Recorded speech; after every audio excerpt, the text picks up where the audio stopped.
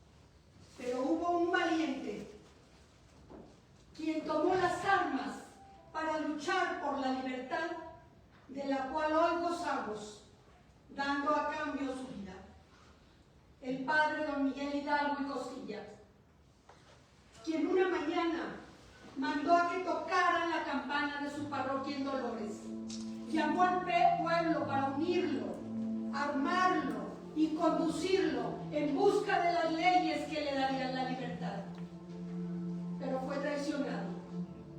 Su inevitable captura lo llevó a ser sentenciado a muerte. Estas son las últimas horas de nuestro libertador antes de ser fusilado, en su celda, en la cárcel de Chihuahua.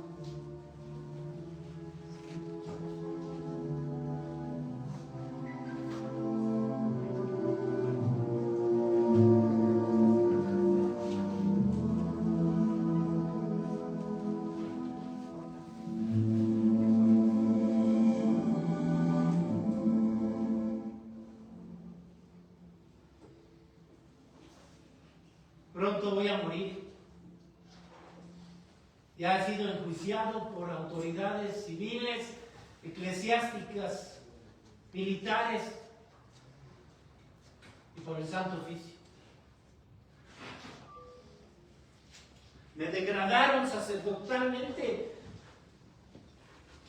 y me condenaron a morir fusilado, como si yo fuera un traidor.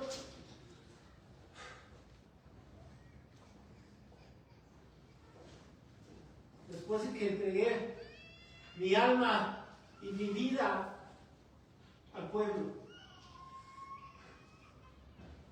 viví cosas maravillosas en estos ya 58 años. Mi lucha por un lugar más libre, más justo. Mi época de sacerdote, cuando fui a la universidad, cuando entré a la escuela.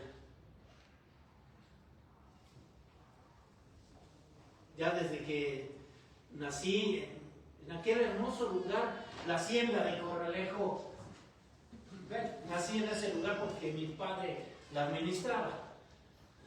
Pero ya ahí convivía igual con rancheros que con criollos. Jugaba y correteaba con niños de todas las castas. En ese momento no entendía por qué eso le molestaba a mucha gente. Pero en ese bendito lugar pude ver desarrollados mis sentidos hacia la vida. Después murió mi madre y ya tenía yo suficiente edad para irme a estudiar a Valladolid con los sacerdotes jesuitas. Su forma, sus ideales, su forma de ver todo encajaba perfectamente con mi forma de ver la vida. Fui educado por ellos, por los jesuitas. Tenía grandes maestros.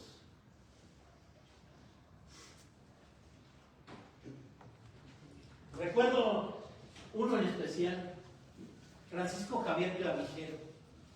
Tenía un sentido sobre la justicia divina en la otra vida, allá en el cielo. Pero me gustaba más que tenía un sentido de justicia divina aquí, en esta tierra, en este lugar, con los hombres. Tenía yo como 14 años cuando tuve que ver cómo fueron expulsados todos esos sacerdotes jesuitas. Decían que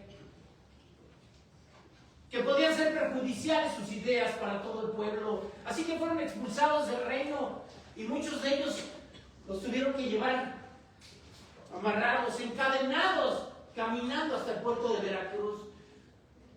Decían quienes los acusaban que sus ideas de justicia y libertad eran como una enfermedad que se podía esparcir por todo el reino. Lo que no sabían quienes los acusaban eran que de esa enfermedad ya muchos los habían contagiado.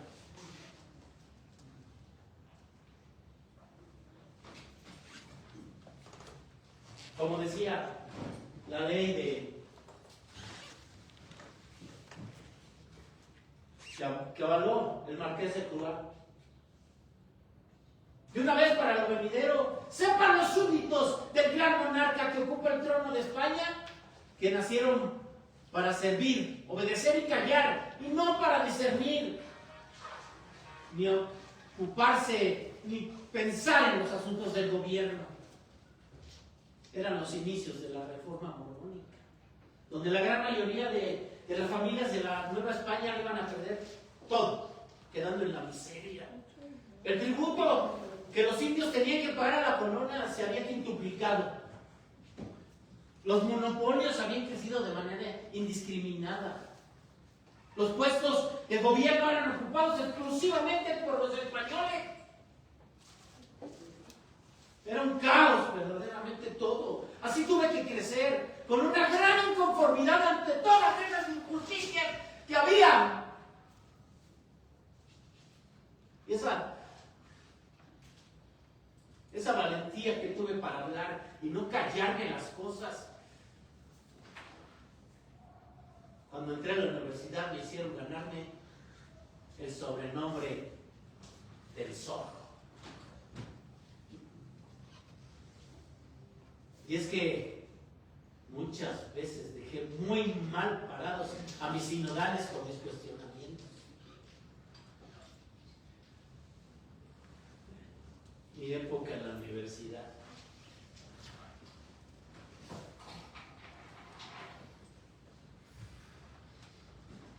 al poco tiempo de haber entrado ahí, formé una gran tercia de haces con dos de mis compañeros españoles, famosos en toda la región: Juan Antonio Riaño y Bárcena y Manuel Abadiqueiro. A los tres la vida nos puso en circunstancias distintas y cada quien las afrontó a su manera. Riaño fue intendente de Guanajuato. Ya estando en combate, le mandé un comunicado para que entregara esa plaza. Creo que esa fue su sentencia de muerte porque se negó a hacerlo. Poco tiempo después, me enteré que había muerto en combate justo en la Lóndiga de Granaditas. Don Manuel Abadiqueiro tuvo una carrera sacerdotal maravillosa. Llegó a ser obispo de Michoacán. Pero se tomaba demasiado en serio las atribuciones que no le correspondían. Quiso excomulgarme sin tener facultades para eso. Recuerdo que me propuso estudiar un doctorado para elevar mi jerarquía sacerdotal. Por supuesto que me negué y no se me olvida la cara que puso cuando le dije: ¿un doctorado para qué si todos son una partida de ignorantes?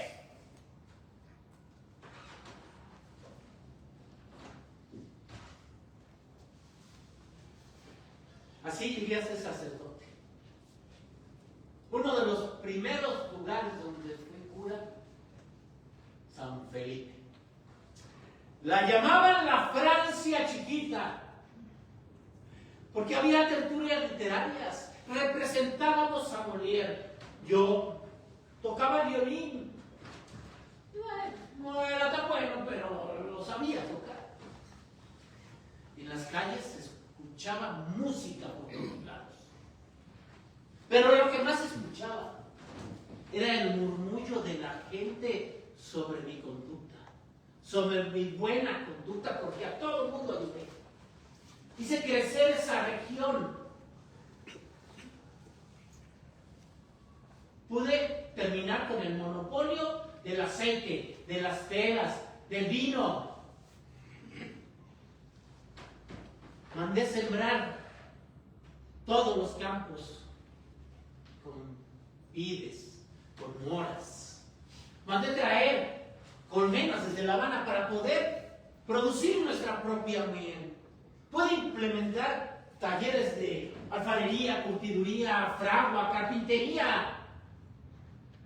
La gente pudo producir de todas esas riquezas de la tierra. Espero que continúen todavía esos talleres y que en el futuro, cuando la gente llegue a ese lugar maravilloso y compre artesanías, zapatos, telas, vino, sepan que todos esos talleres fueron fundados por mí, por el cura Hidalgo, por el padre Hidalgo.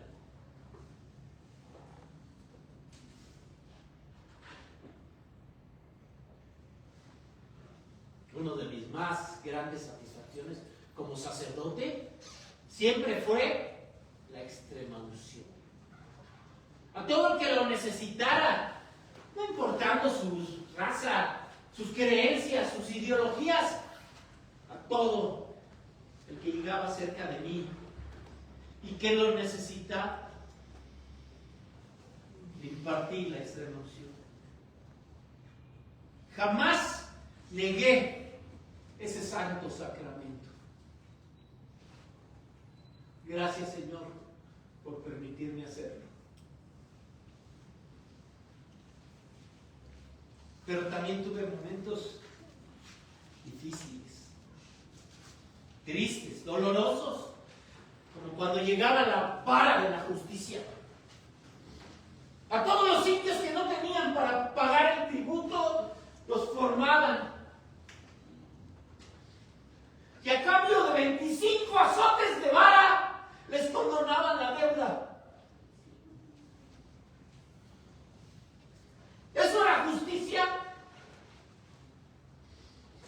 Muchas veces yo pagaba esa deuda cuando podía hacerlo, por no ver a esos indios flagelados y torturados frente a sus familiares, frente a sus hijos.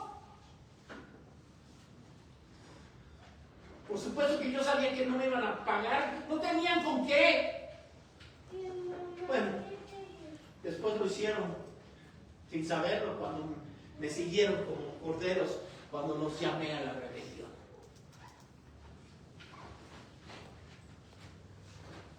Por aquella época había yo leído un tratado sobre las leyes,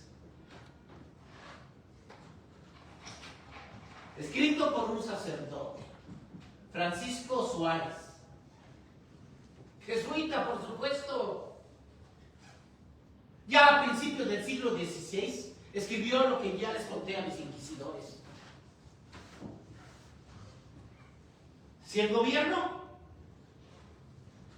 despoja de sus bienes al pueblo, si el gobierno ultraja a la mujer, si por incrementar su reino hace la guerra, si eleva los impuestos de manera injustificada, si condena sin juicio, si ejecuta sin razón, ese gobierno se ha convertido en un tirano.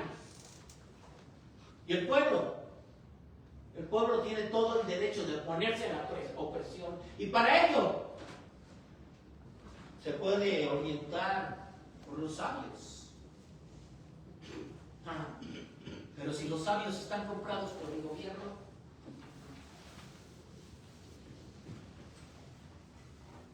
la única persona capacitada para promover los medios y tratar de convencer al gran monarca de acabar con su tiranía es el sacerdote.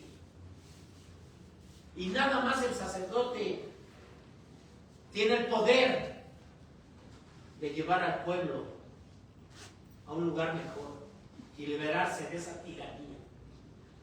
Así que no me rebelé a la corona que había sido usurpada por José Bonaparte. Al contrario, lancé vivas a Fernando VII, así que no me podían acusar de traidor.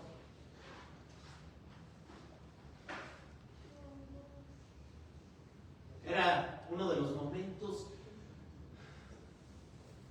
más difíciles, pero que me han dado más orgullo. Aunque no duró poco. Fue mucho sufrimiento. Se me hizo eterno, pero fueron unos cuantos meses nada más. Ante la duda de mis compañeros de conspiración, tuve que tomar el mando. Es que habíamos sido descubiertos y ellos querían huir. Y yo no podía dejar pasar más tiempo viendo cómo sufría el pueblo. Así que tomé ese mando.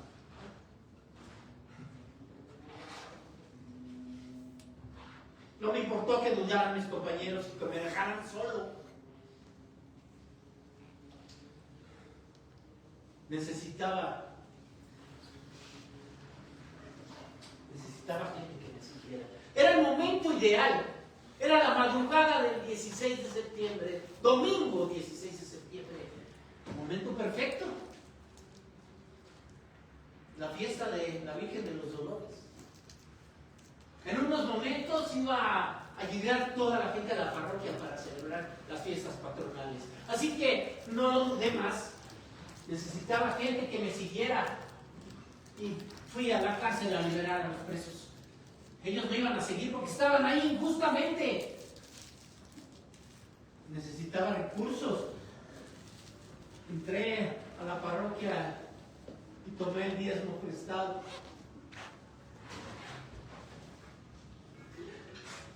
Perdón, Señor. Yo quería devolver ese préstamo, pero ya no me dio tiempo. Me van a fusilar. Perdón. Y así que tomé ese dinero y salí al atrio. Salí y ordené que tocaran las campanas.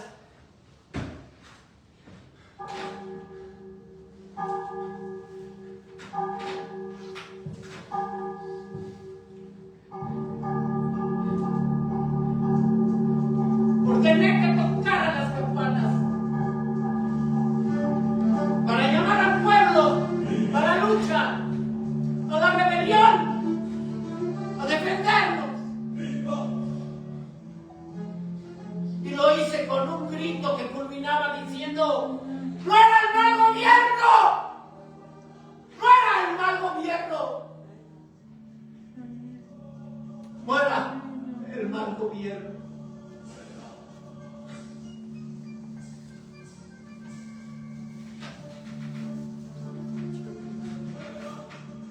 Necesitaba ayuda divina. Que la gente se diera cuenta. Así que cuando llegamos a Totonilco, tomé el estandarte de la Virgen de Guadalupe. Cuando lo hice, quienes habían dudado en seguirme, no lo dudaron más. Y se fueron uniendo rápidamente a esta lucha.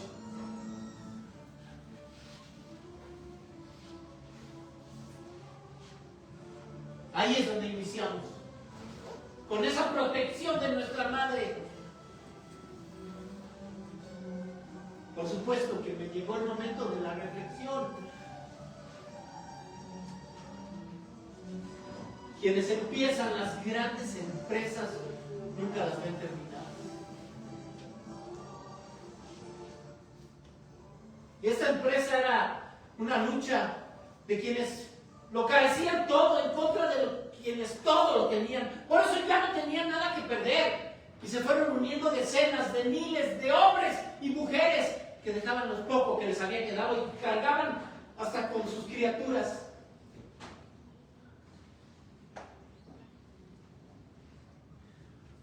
Los españoles desconocían nuestra esencia. ¿Cómo es posible que tomaran como estandarte a la Virgen de los Remedios? ¿Sí? Esa que hacen desfilar cada 13 de agosto para conmemorar la caída de México. Nunca fue popular, por supuesto. A pesar de que la gente la obligaban a ir a ese desfile, paseo del perdón. ¿Cómo iba a ser popular si lo usaban para celebrar la caída del pueblo? Bueno, ni siquiera porque la vistieran como generala, como lo hizo el virrey Venegas.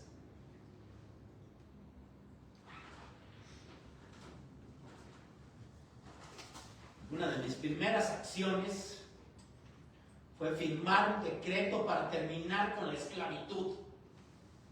Liberar a los indios de tener que pagar el tributo a la corona. Y a todos los dueños de esclavos tenían que liberarlos en un plazo no mayor de 10 días, so pena de muerte. Y devolverles las tierras comunales que les habían sido arrebatadas.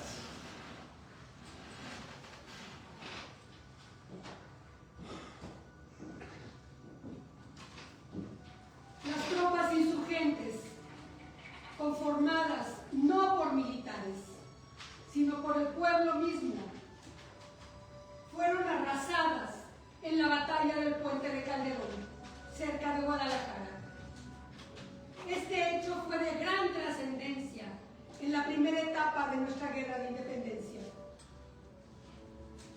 El padre Hidalgo sale en retirada hacia la hacienda de San Blas, cerca de Aguascalientes. Ahí se reúne con Allende, quien le va a reprochar duramente la derrota en Puente de Calderón, obligándolo a renunciar al mando militar del movimiento insurgente. En esos momentos Hidalgo dirá: si llego a morir en la batalla, habrá algunos de mis seguidores que continúen con esta guerra iniciada por mí. Las tropas insurgentes irán hacia Zacatecas al mando de Allende. Pero Hidalgo ve la conveniencia de seguir hacia Estados Unidos en busca de ayuda y de armamento. Estando en Saltillo, van a recibir comunicados del virrey Venegas.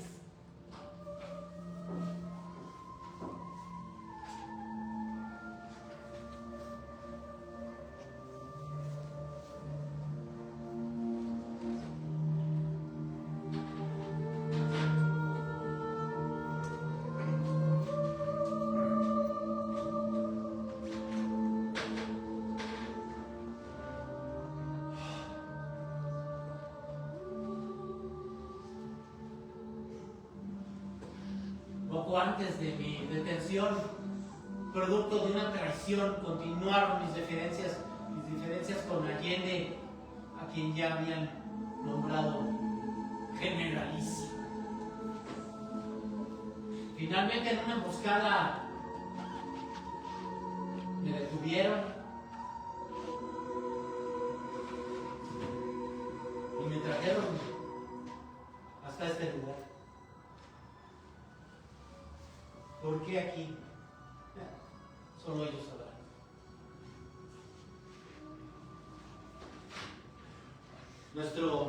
Nuestra lucha continuaba. Íbamos avanzando y en cada lugar se iba uniendo cada vez más gente. Ya no sabían cómo detenerme. Tanto fue así que recibí una propuesta de indulto del virrey Venegas, al cual respondí desde Saltillo. El indulto es para los criminales, no para los defensores de la patria. Finalmente lograron detenerme. Después de haber pasado, antes de la lucha, varios procesos ante este mismo tribunal, donde nunca me pudieron agarrar, porque si en algo me tengo que enorgullecer es de la congruencia con la que siempre me he conducido. La congruencia entre el pensar, el decir y el actuar. Pero finalmente me llevaron a juicio. Sin embargo, se me ocurrió proponerles un congreso donde estuvieran representadas todas las villas, las rancherías, todos los lugares de este maravilloso lugar. Y guiados por nuestra santa religión, podamos proponer leyes que incrementen la industria, las artes, que la gente pueda vivir de su trabajo, que puedan disfrutar las riquezas de este lugar y que en un futuro toda la gente, todos los habitantes de este lugar puedan disfrutar las grandes maravillas que el Supremo Creador ha dejado sobre este vasto territorio. Claro que no me entendieron. ¿Cómo me iban a entender? Solo espero que en un futuro entiendan quienes gobiernan que lo hacen para el pueblo, no para satisfacción personal, ni para llenarse los bolsillos. Que gobiernen para el pueblo.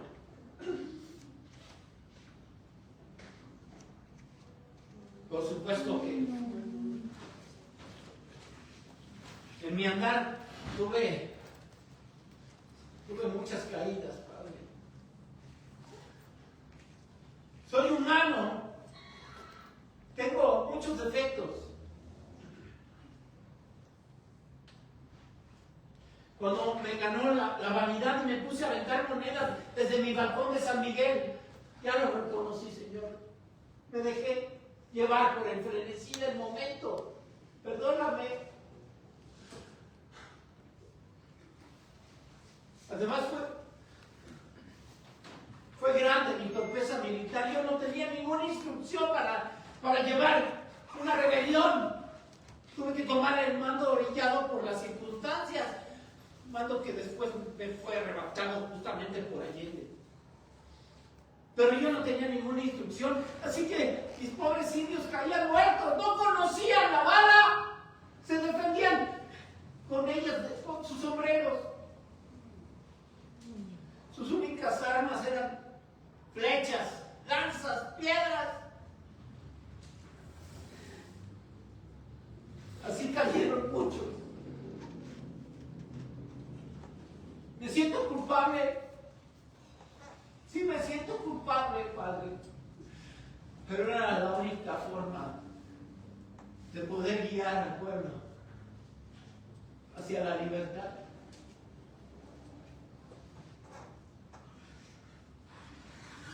Además, me excomulgaron.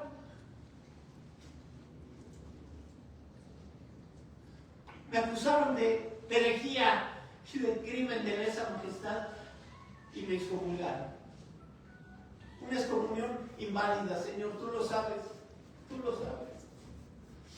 Pero finalmente voy a morir excomulgado. Pero congruente con mis ideas.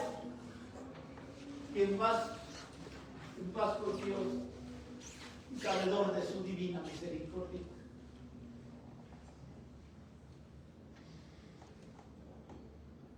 Cuando el principio de soberanía popular fue invocado por Francisco Primo de Verdad, este fue encarcelado, detenido y encarcelado, y misteriosamente muerto en prisión. Yo también voy a morir en prisión. Pero este movimiento de justicia y libertad, ya nadie lo va a detener. ¡Nadie! ¡Nadie!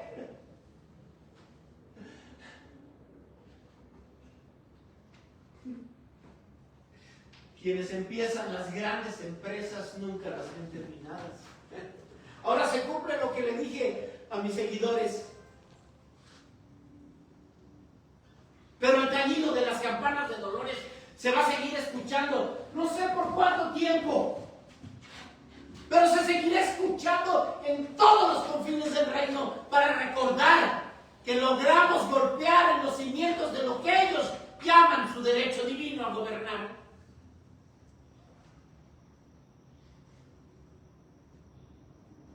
Se les ocurrió escribir mi retractación. En ella se dice: entregad las armas, honrad la corona porque su poder dimana de Dios, y postraos a los tronos del reino. Por supuesto que eso jamás lo diría yo. Y quienes me conocen, quienes me siguieron, saben que yo, saben que yo no diría eso.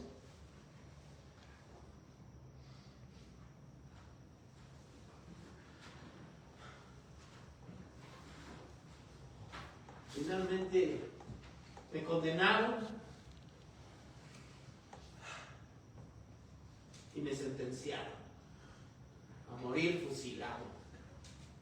Y en mi sentencia dice: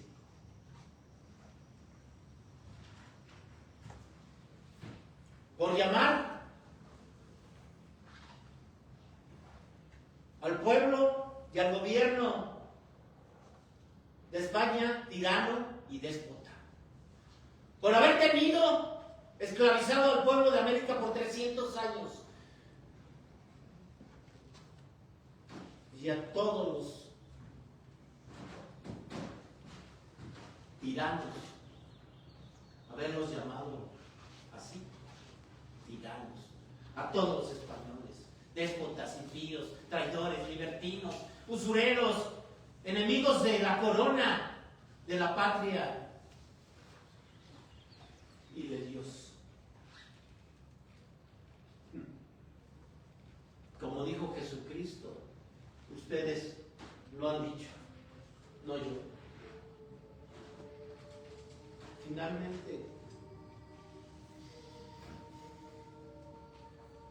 Finalmente hará falta el juicio de la historia, del cual espero salir bien librado. El juicio de mi Padre Dios.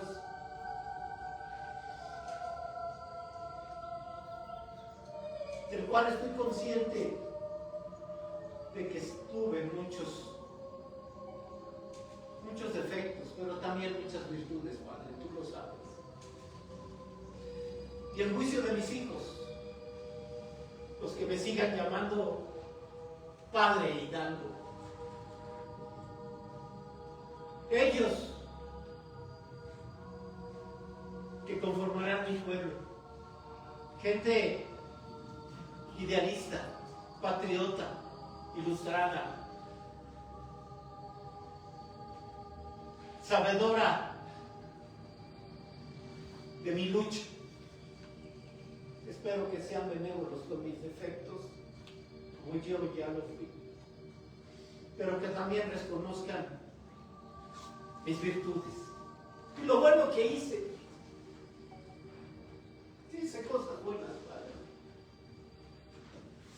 Sobre todo, buscar un lugar mejor, más libre y justo donde vivir.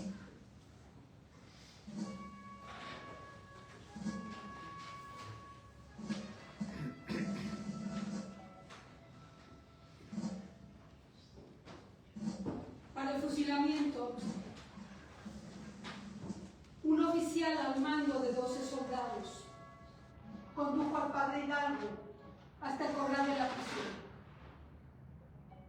Ahí le fueron vendados los ojos y fue amarrado a un banco.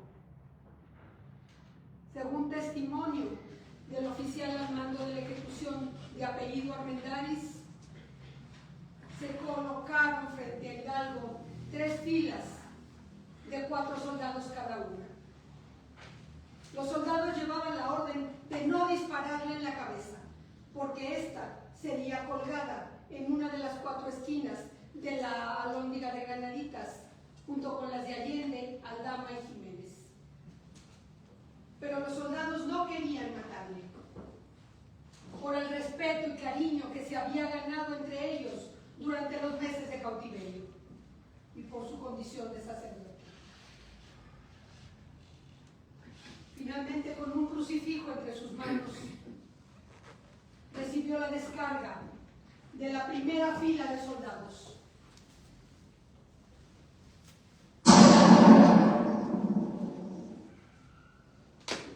Las balas dieron en el vientre y en un brazo. Él pudo quitar la venda de los ojos y clavó su mirada en sus ejecutores. Gruesas lágrimas corrieron por sus mejillas. La segunda y la tercera fila de soldados dispararon a su tiempo.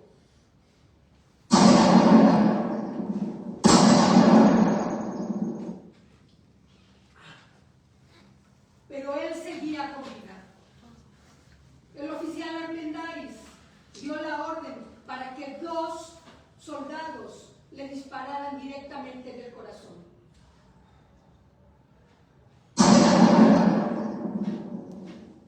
Esto provocó una llamarada en su pecho.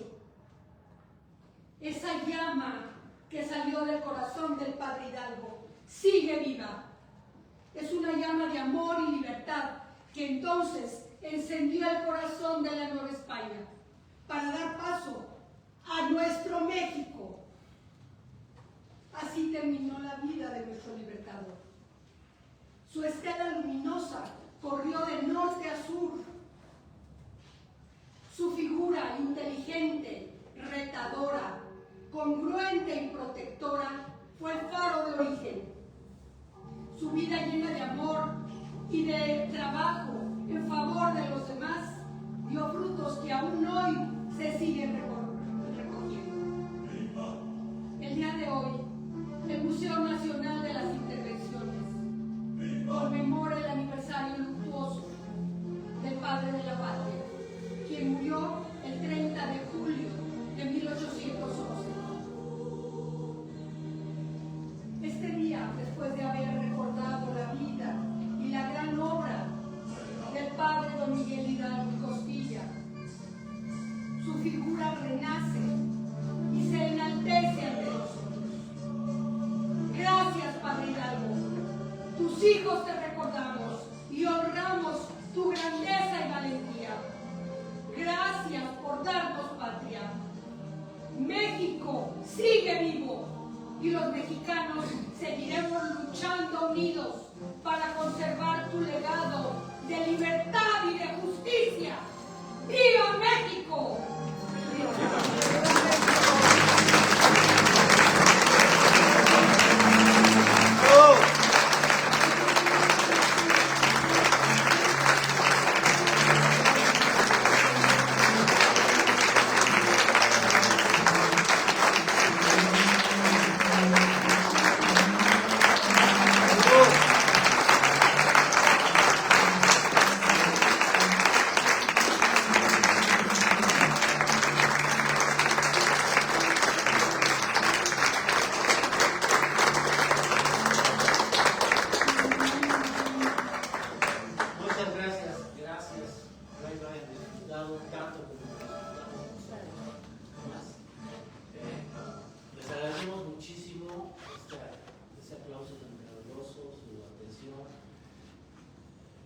asistencia.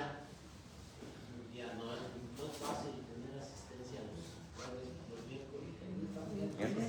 los miércoles, pero siendo noche de museos, bueno, es muy agradable ver tanta gente en los museos. Disfruten el recorrido en el museo, hay maravillas aquí. Muchas gracias por todo. Quiero agradecer, por supuesto, a todo mi equipo, por supuesto, Pati González.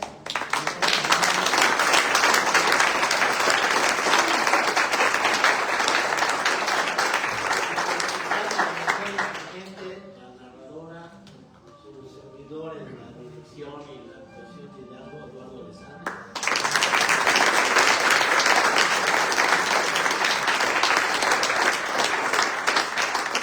Y bueno, somos Teatro Amanecer, como ya lo dijo la directora del museo hace un rato. Somos Teatro Amanecer, pertenecemos a la alcaldía Benito Juárez. Estoy en Hidalgo, Benito Juárez, ahí es donde ensayamos, donde tenemos la mayor presentación, pero hasta ahora ya tenemos más de 8 años presentando en diferentes lugares y en diferentes fechas. No nada más se presenta en septiembre, sino hay que conmemorar la caída, la muerte, el nacimiento, todo lo de Hidalgo, porque es un gran personaje muy importante en nuestra historia, porque él fue el que inició. Aunque él ya no pudo terminar, no duró ni un año en la lucha, pero él fue el que dio ese golpe de mando. Y bueno, quiero agradecer, por supuesto, a mi equipo de Teatro Amanecer. Por allá está María Chávez,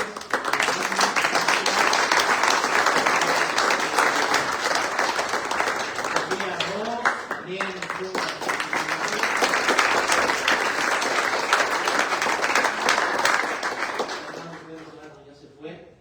y en la música, Patricia Ríos, que nos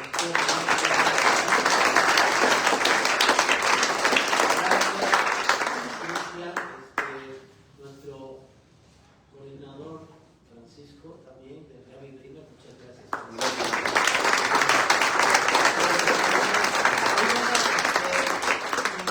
Quien escribió esta magnífica obra, todo el texto, aunque bueno, son pasajes de Miguel Hidalgo, pero tiene que haber alguien que escriba el texto, no lo digo yo, nada más así.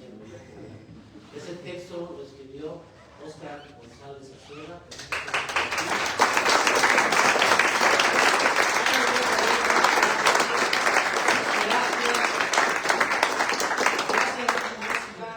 Es un orgullo, como ya te lo he dicho siempre, poder presentar esta obra que tú me regalaste. Muchas gracias, hermanos de Pati. Hermanos, los quiero mucho a los dos. ¿Quieres comentar algo, Oscar? Muchas gracias por la asistencia a todos los que nos acompañan. Gracias a ustedes que las representan con esa pasión, que es lo principal que yo veo. Creo que es importante ver que en cuanto a Hidalgo no es una ocurrencia el grito del 16 de septiembre, sino es producto de sus estudios, de su valentía, de toda la dinámica de su vida y de su congruencia, que es lo que hay que entender en la figura del padre Hidalgo, y lo representan ustedes perfectamente. Muchas gracias por hacerlo de manera gratuita. Se han presentado en Zacatecas, en Guanajuato, en Jalisco, todo lo hacen de manera gratuita. En este caso creo que había una cajita ahí con algún donativo, porque yo que más quisiera que esto se llevara a Chihuahua, que se llevara a la Universidad de Morelia, de donde fue rector el padre Hidalgo, pero pues tampoco podemos estar haciendo uso de recursos que no tenemos. Pero les agradezco en verdad, porque cada vez que la representan a mí me conmueve. Muchas gracias y gracias a todos. Gracias.